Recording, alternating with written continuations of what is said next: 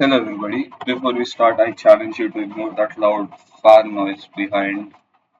Anyway, in this short recording, I'll do my best to explain what happens in this scenario here in the classical YDSE setup. But we have two glass slabs with refractive indices mu1 and mu2, and this setup is immersed in water whose refractive index is mu0. Right now we want to understand what's the diffraction pattern gonna look like, and what's the math and all. So but before we start, I'd like to show how I understand YDSE. um, there is that always that classical way. Classical, as in most textbooks that I have read, follow this.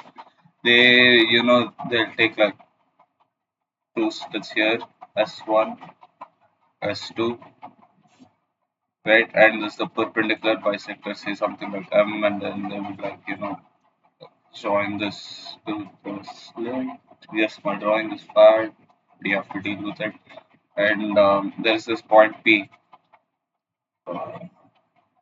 This is going to be a Python.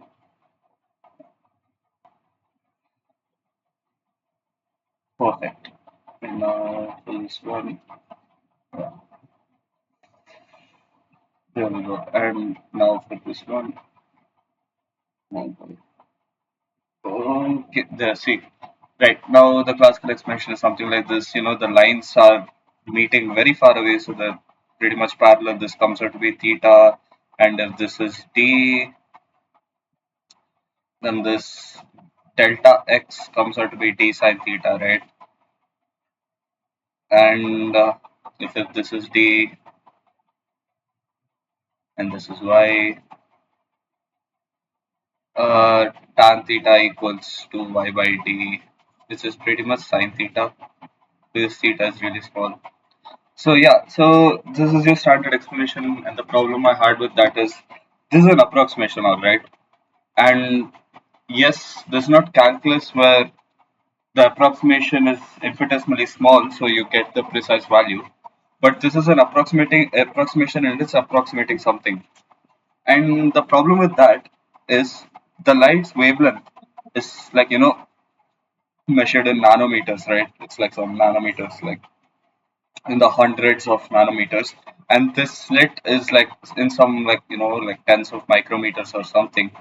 So I was like, would this approximation, is it even accurate, because the wavelength is very small compared to the slit size.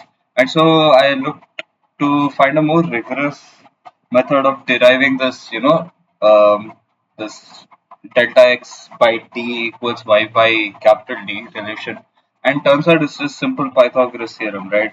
So like, say like this, the perpendicular from slit S1 to the screen plane is meeting at some whatever point, and this is a right angle triangle. So we get like, by Pythagoras theorem, we have like S1p equals square root of d square plus, and this is d by 2, right? And this is also d by 2. This is plus y minus d by 2 whole square. And similarly, S2p is, say with me, d square plus what? Y plus, what is that? D by 2? Yeah, d by 2 whole square. Now all we need to do is, what is the difference between the lengths S2p and S1p in the case where, I would, small d is small, I guess. So let's write that down. And since you all are very smart people, I'm going to skip steps, and I'm going to rationalize the denominator. So we get d square plus y minus, no, plus, right, y plus d by 2 whole square,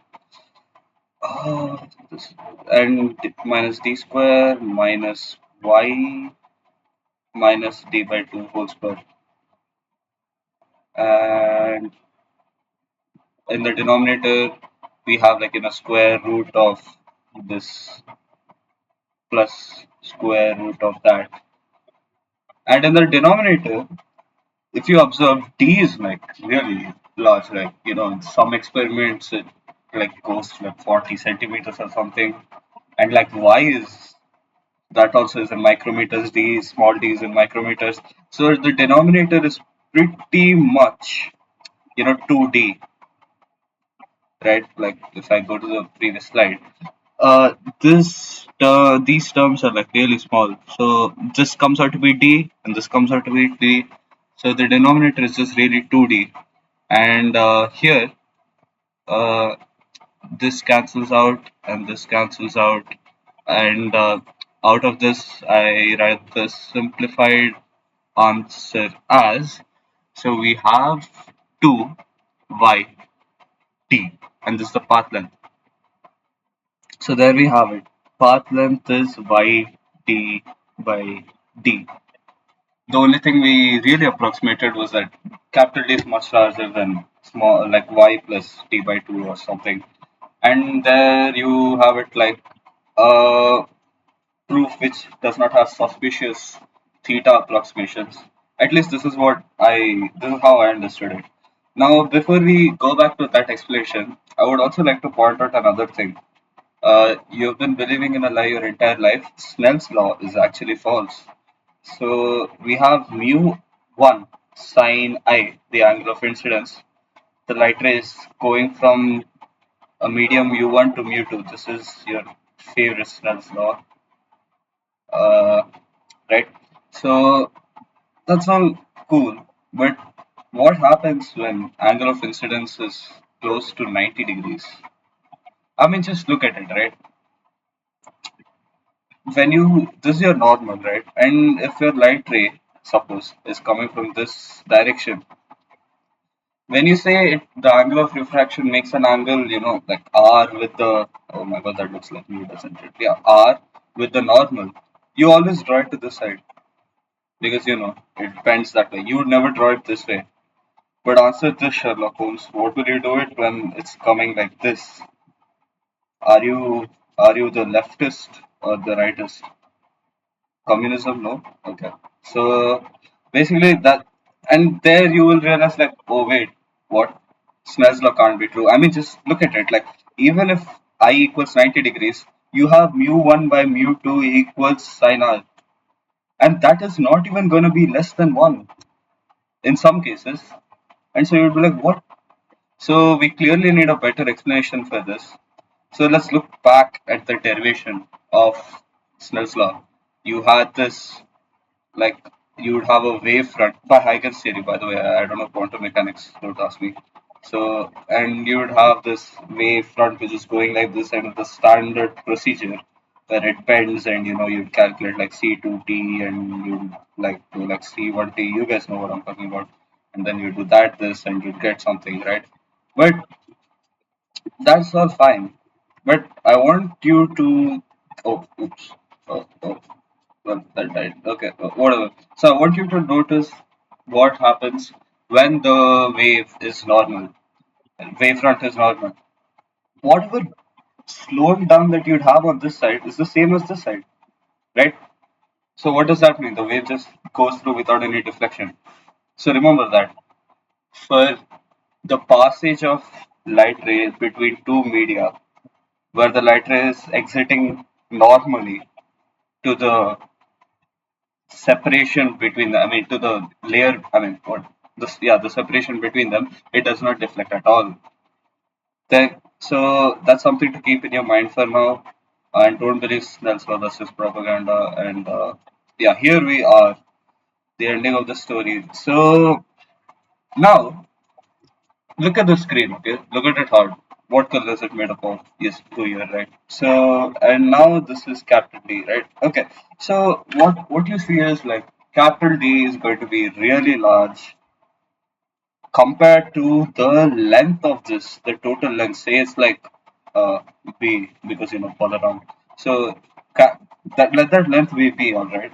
And you see that whatever light rays fall on the screen, they are pretty much going perpendicularly. Like it's going in a like it's hitting the screen perpendicularly.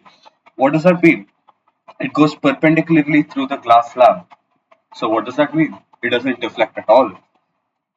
Whereas earlier I always was skeptical about this. Like, like a light ray comes like this, and it does some weird things inside and it comes out like this. The thing that always bothered me is that there is this angle, right? The angle of refraction, and this is the angle of incidence. And what always, like, when you calculate optical length of light through a slab, you'd always say thickness into the refractive index. And this always bothered me because you can visibly see that this is not the length that light travels through, it's this. So it should be something like T into secant R equals mu. Right? That is it. That's what it's supposed to be. But in this case, since we have a near normal incidence, the light does not bend at all pretty much. So it just passes right through, right? And the slab is anyway pretty thin. So that also like goes to show. So here the optical length is in fact mu1 into the thickness T, this T1 or whatever. So now in this case, we just need to calculate the optical length and calculate the path difference, right? So let's do that. So I'm going to redraw that entire thing. Uh, you guys, so like S1, S2, and sigma. Okay, so basically you know what the values are. So here, say suppose this is that Y area, and let's go red now because I'm feeling a little angry because it's really slow. So oops, there, and there, yeah, okay. So red. So now there is a slab here, there's a slab here, and now you want to calculate the optical length. Now, how do I say this?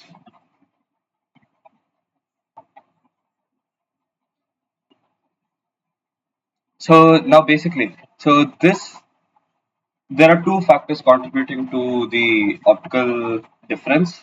One that is that they both the light rays coming from the slits pass through their respective glass slabs, and that messes up the optical difference.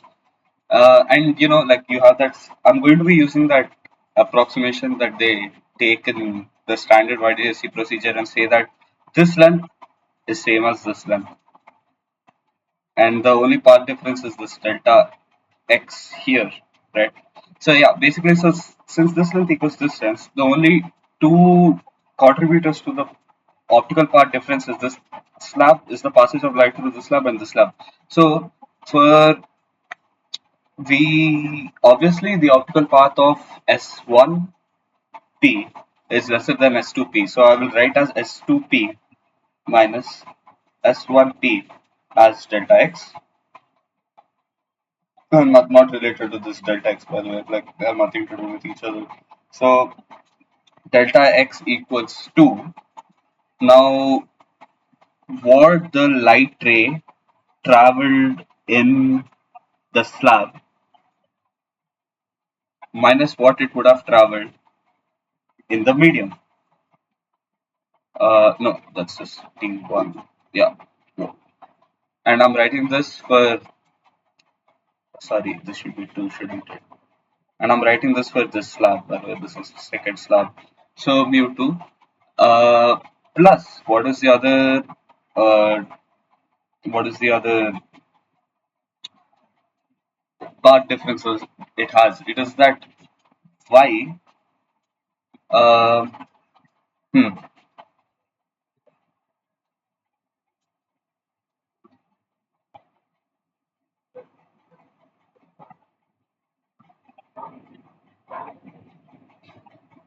and okay, fine, Sissy. Um,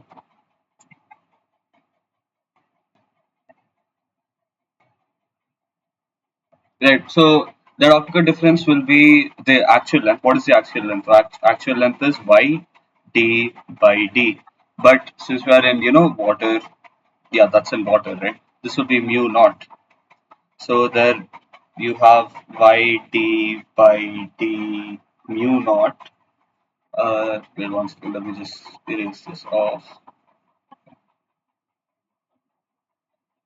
Okay, and you have that.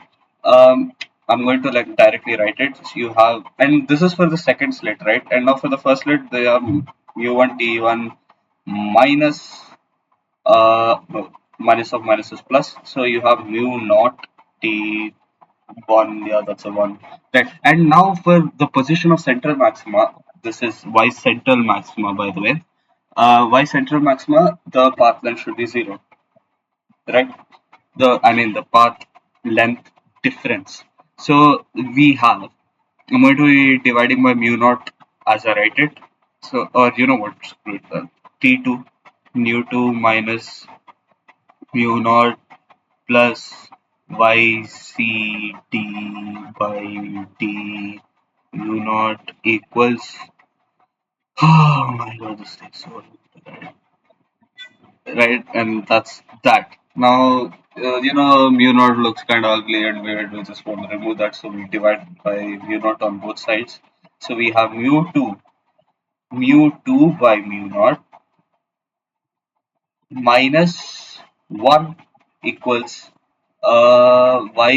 ycd by d equals mu1 by mu naught minus 1. And there you have it, the solution which I spent a lot of time trying to get, because I didn't want to accept the magical formula that has been given in a book I so much like, which I will not name because they'll probably just show up and kill me. I mean, they're not gonna watch this anyway. But they just give a formula, and you'd be like, "Where did that come from? What this and that?" And now, for a very special person watching this, you know who you are. Why? But you would say so for that person. You would say like instead of writing mu2 t2 minus mu naught t2, why not mu2 t2 minus t2?